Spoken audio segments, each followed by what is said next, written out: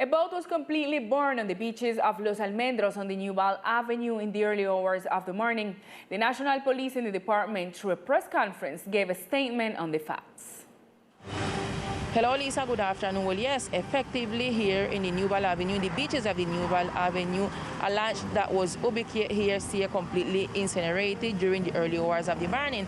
The commander of the National Police gave statements on this matter. According to the National Police, the events happened around 3:50 a.m. The entity received a call reporting a boat on fire in the sector of Los Almendros near the dock. Immediately, the National Police directed patrols towards this sector. All the support is activated and the collaboration and presence of firefighters is requested. They are present at the place and they proceed to give immediate attention, and we are at this moment, of course, waiting for firefighters to give us an initial concept of what could have started the conflagration and the incineration of this boat.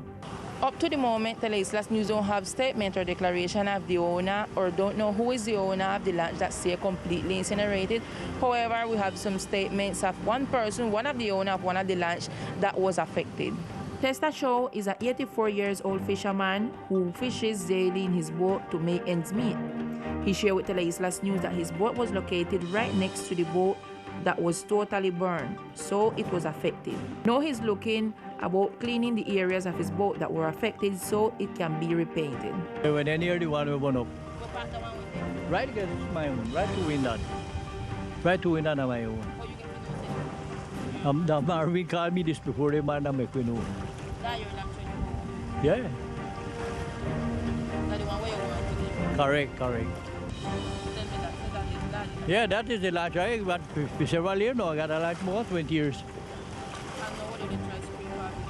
The players were born up money to paint it back.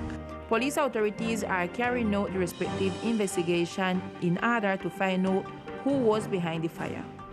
We start an investigation where we will have to establish first what happened. Second, we will have to locate the owner of the boat, who will have to give us some initial information to know where we should start from in order to establish facts and if there are responsible people for this situation. Police, this is all information. Teleislas News will be aware of all the development of this news.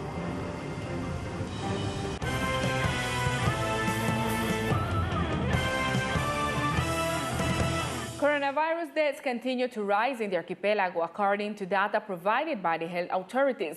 The occupation in intensive care unit remains above 50%. Here is an overview of how the COVID-19 situation is going on the island. The National Institute of Health reported 66 new cases of COVID-19 in the islands. According to data from the departmental government, in its latest report, there are currently 181 active cases of coronavirus in the archipelago. The ICU occupancy is at 65%. It was also announced the death of 3 people by this virus. The Ministry of Health informed that this third peak of the pandemic that is being experienced through the country will continue until the end of June. The minister explained the 3 reasons for what is happening in the country in terms of contagion. Primera explicación muy importante. The first very important explanation is that we have a situation in which there are still many susceptible people who have not been affected. And this obviously gives us the possibility and space for contagion to occur. We still have a very large number of people to be infected. Secondly, the new strains have arrived in the north of Colombia. They have already affected Barranquilla, Montería, Sincelejo, almost the entire northern coast, and we still have Cartagena. This expansion of new, more transmissible strain is very much concentrated in the center of the country: Bogotá, Santander, Boyacá, Casanare, very central departments. Surely, the progression continues towards the south of the country. And the third explanation, evidently, we see a peak that has been going down in most of the cities, go up again and coincides exactly with the period, days after the demonstrations and agglomerations that we have had in the country. The minister stated that it is possible that there will be a 4th and 5th peak of the pandemic, which will be less aggressive due to the vaccination. So far, 18,080 vaccines have been applied through the archipelago. And the Secretary of Tourism, Jonathan Taylor, received another section of the work currently being carried out by Fontur at the Cotton Key Boatman's Dock. a space that will guarantee more organization and will allow tourism service providers to develop their activities in optimal conditions. According to the Secretary of Tourism, it is a DAP that complies with all the established contractual commitments. We've received from Fontour the works of the boatman's DAP, which was subscribed during the inter-administrative agreement. This is an infrastructure work which we hope will be cared for and enjoyed by residents and visitors alike. Originally, the agreement was signed in 2018, but due to the pandemic, it had 2 pauses in its execution. It is important to mention that this is an inter-administrative agreement that sought to improve the tourism infrastructure in the department, a work that comes with the investment of more than 2,000 million pesos and that also seeks to benefit more than 68,000 inhabitants of the region. And despite the economic decline, the restrictions and the emergency caused by natural disasters that impacted our islands, the hotel sector is trying to research and continue promoting the destination of the islands. The president of Cotelco, Juan Carlos Osorio, declared that the hotel sector of the islands is ready to be present at the Anato Fair that will begin in the middle of this month. We are already projecting the second semester of this year, where we are on the verge of attending the Anato International Fair in mid-June. The date has already been confirmed.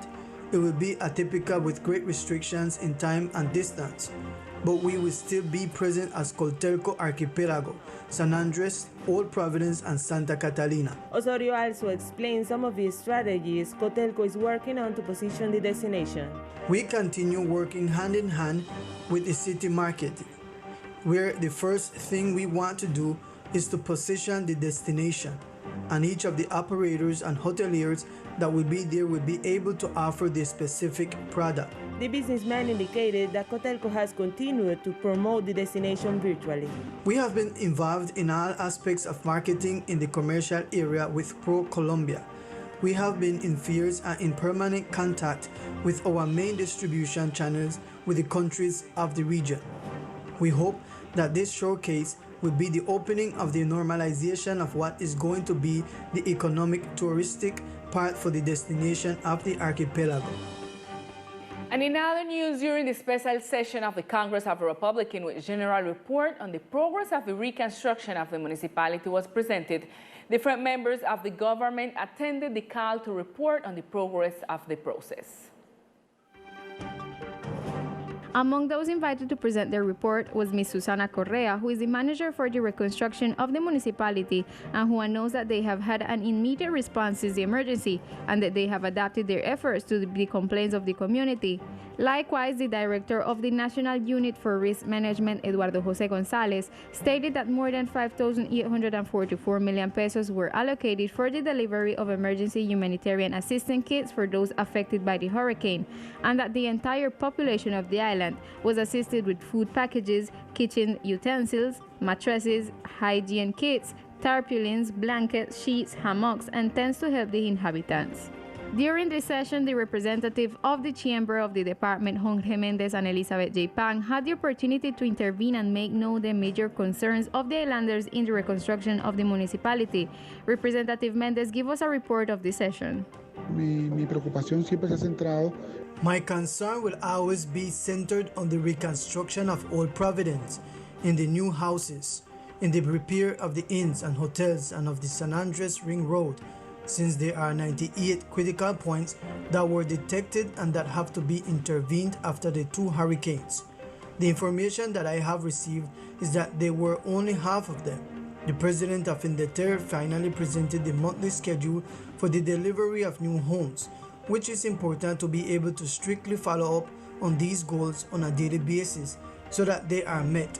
But at the same time, I have asked the national government to triple their efforts and to make available the entire state apparatus. Other entities such as the Ministry of Housing and the commander of the CECIP also participated. This last one stated how the military assistance provided by men and women of the National Army, Colombian Navy, Colombian Air Force, and National Police in the framework of the reconstruction and the Renacer plan has been.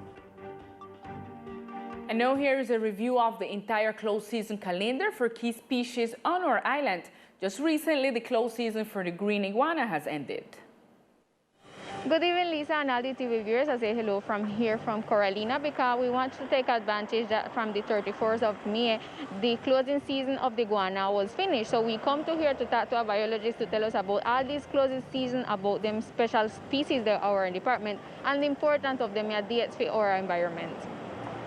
With respect to the green iguana, which is the close season that we just had, in Old Providence it goes from November to May 31st, and in St. Andrews it goes from January to May 31st. Considering that these are the only times of reproduction of the iguana, and it is a resident species in our archipelago and is also a cultural part of the community, what we want to do is to have some moments in which the community should know that they should not make use of these resources.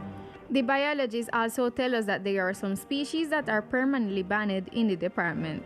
We have the sharks, which is all year round because it is a resolution from the ministry. There are also the sea turtles and all the species since they are in a period of extinction. Of the 4 species, 3 nest in the archipelago, either the northern or the southern keys. Regarding the black crab, which is currently closed since April and will be closed until July. It is very important for the island to somehow restrict its distribution since it is located in Old Providence and it is also a cultural element, and it is a product of origin and brand of origin, and it is part of the island's gastronomy.